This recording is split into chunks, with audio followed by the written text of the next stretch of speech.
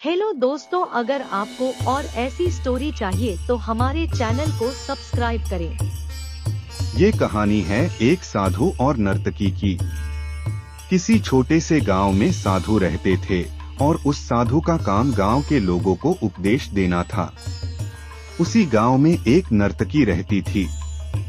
उसका काम लोगों के सामने नाचकर गांव के लोगों का मन बहलाना था। एक दिन गांव में कुछ कुदरती आफत आ गई और ये साधु और नर्तकी दोनों उस कुदरती आफत में मर गए। मरने के बाद जब ये दोनों यमलोक पहुंचते हैं, तब इनके कर्मों और उनके पीछे छिपी भावनाओं के आधार पर इन दोनों को स्वर्ग या नरक में भेजने की बात होती है। साधु को खुद को स्वर्ग में ही आश्रय मिलेगा, इस बात का अंदाजा था। दूसरी तरफ नर्तकी के दिमाग में ऐसा कुछ भी नहीं था।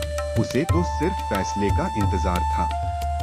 तभी घोषणा होती है कि नर्तकी को स्वर्ग दिया जाता है और साधु को नरक। इस फैसले को सुनते ही साधु यमराज पर बहुत चिल्लाते हैं और उनसे क्रोधित होकर पूछते हैं कि यह कैसा न्याय है महाराज।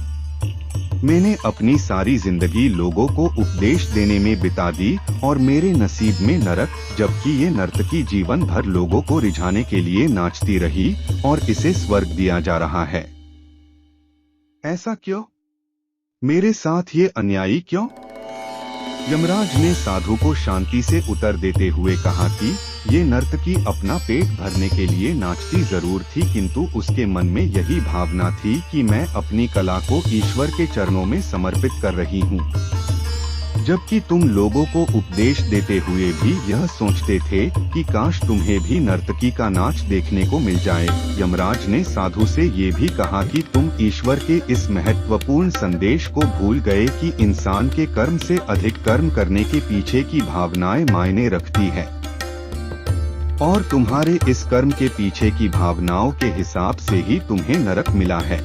इस कहानी से हमें यही सीख मिलती है कि हम चाहे कोई भी काम करें, पर हमारी उस काम करने के पीछे की नीयत साफ होनी चाहिए।